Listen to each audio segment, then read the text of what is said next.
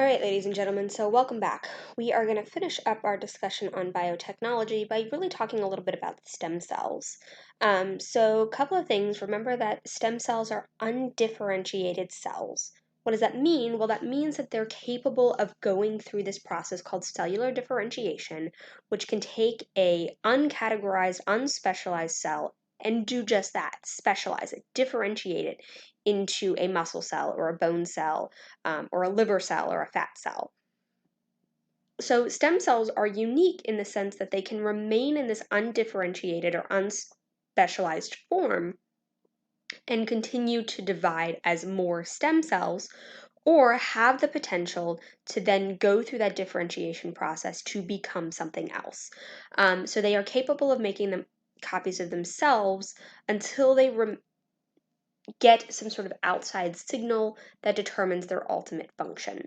So they're known as these multipotent cells, meaning they have multiple potentials, they have multiple pathways that they could take in that particular organism. So when we look at stem cells, they can start off in any one of those directions. Sort of think of it like that kindergartner going to school for the first time. They're the stem cell.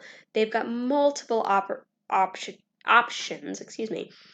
multiple avenues that they could potentially take in their lifetime in terms of what their ultimate career becomes as an adult. They really are sort of a clean slate.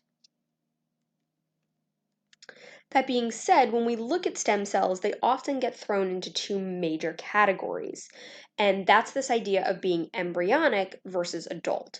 So, embryonic stem cells truly are those what they call totopotent, completely untouched cells. Those are the ones that we're talking about from these initial blastulas, these initial ball of cells. And they have absolutely every opportunity to become any cell in your body that they need to be.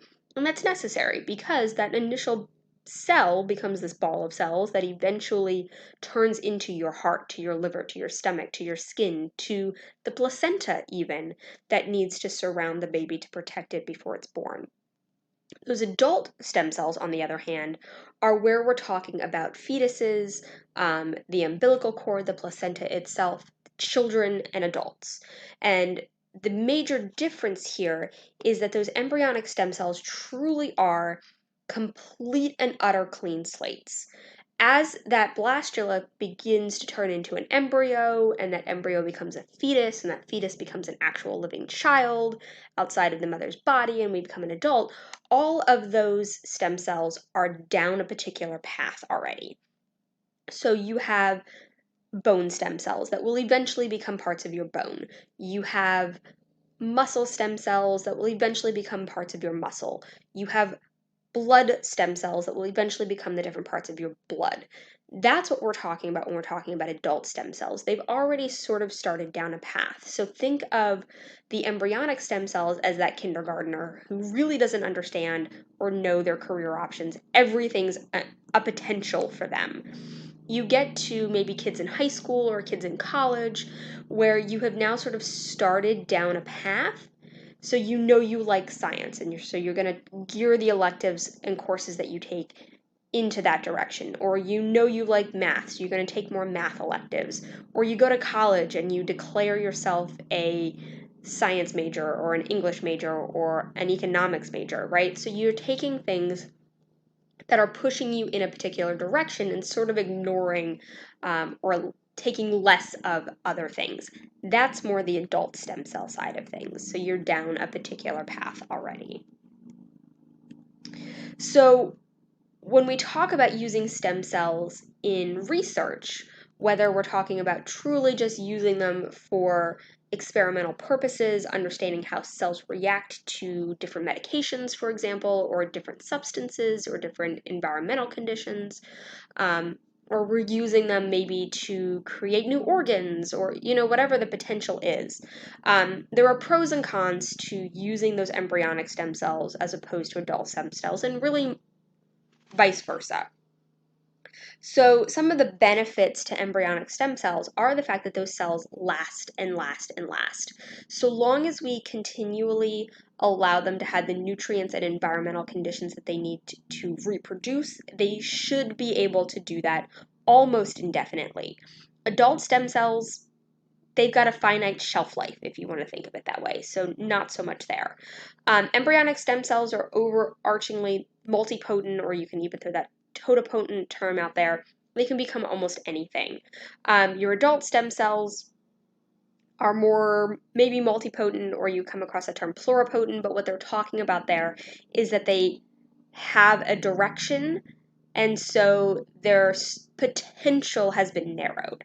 Not that they can't still become a handful of things, but with embryonic stem cells, you may talk about 100 different cell types in your body, and those embryonic stem cells have all of those 100 potentials to become.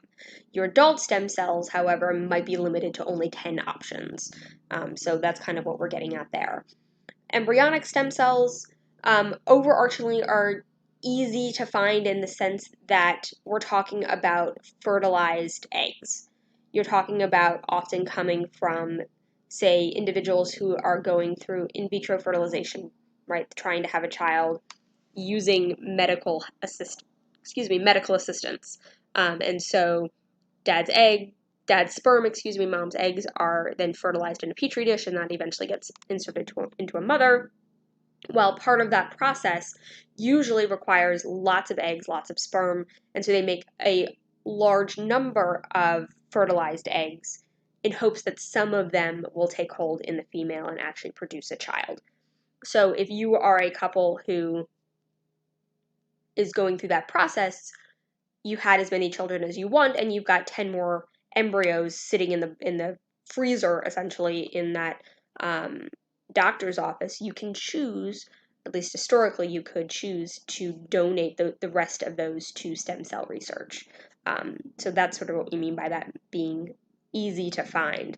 When we talk about adult stem cells, however, they're harder to locate because I have to get them out of a living human. So there's medical expenses, there's risks associated with extracting those stem cells. You don't have nearly as much of them as you do every other specialized cell, so that's the other piece there. However, there's a lot of ethical concerns surrounding those embryonic stem cells, and really just the question of when does life begin. So a lot of research labs and even some government regulations have sort of put holds on using embryonic stem cells as a major source of stem cell research. And so we're sort of left with these adult stem cells, which have considerably fewer ethical concerns, but don't necessarily have as much potential. So take a look at the video that I'm going to show you in just a second, because we are now looking at things called induced pluripotent cells, where we're taking adult stem cells and sort of re-engineering and reprogramming them to act a lot more like embryonic stem cells. And the better that we get at being able to create those types of stem cells, the more potential we have to study them without having to sort of wade into those sort of ethical concerns.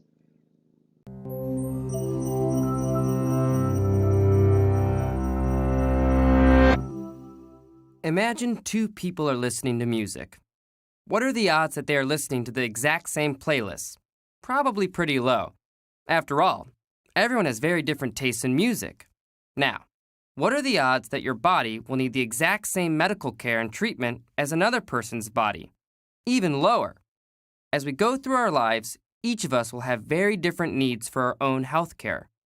Scientists and doctors are constantly researching ways to make medicine more personalized. One way they are doing this is by researching stem cells.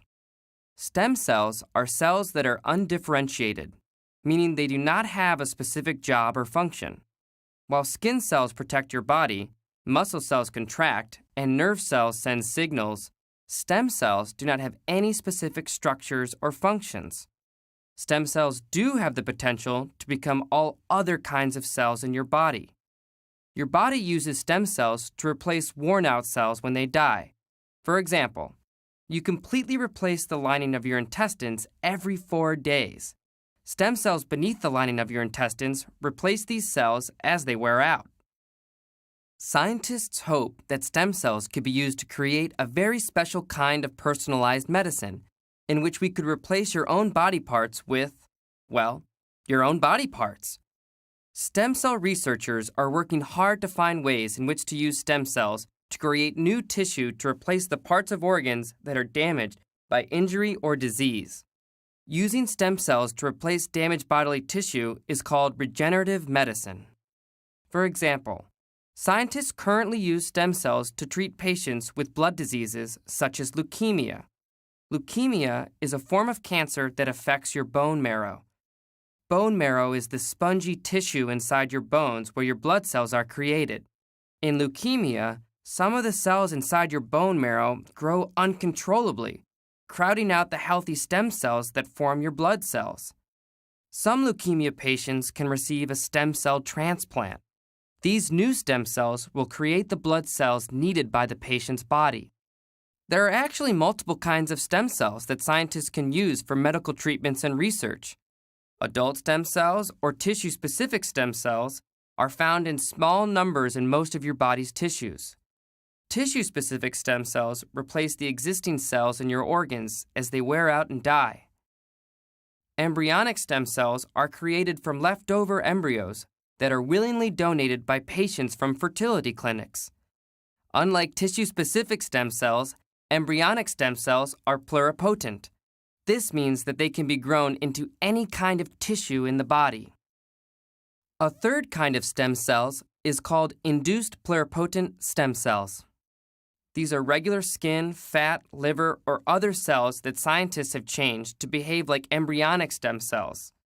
Like embryonic stem cells, they too can become any kind of cell in the body. While scientists and doctors hope to use all of these kinds of stem cells to create new tissue to heal your body, they can also use stem cells to help understand how the body works. Scientists can watch stem cells develop into tissue to understand the mechanisms that the body uses to create new tissue in a controlled and regulated way. Scientists hope that with more research, they can not only develop specialized medicine that is specific to your body, but also better understand how your body functions, both when it's healthy and when it's not.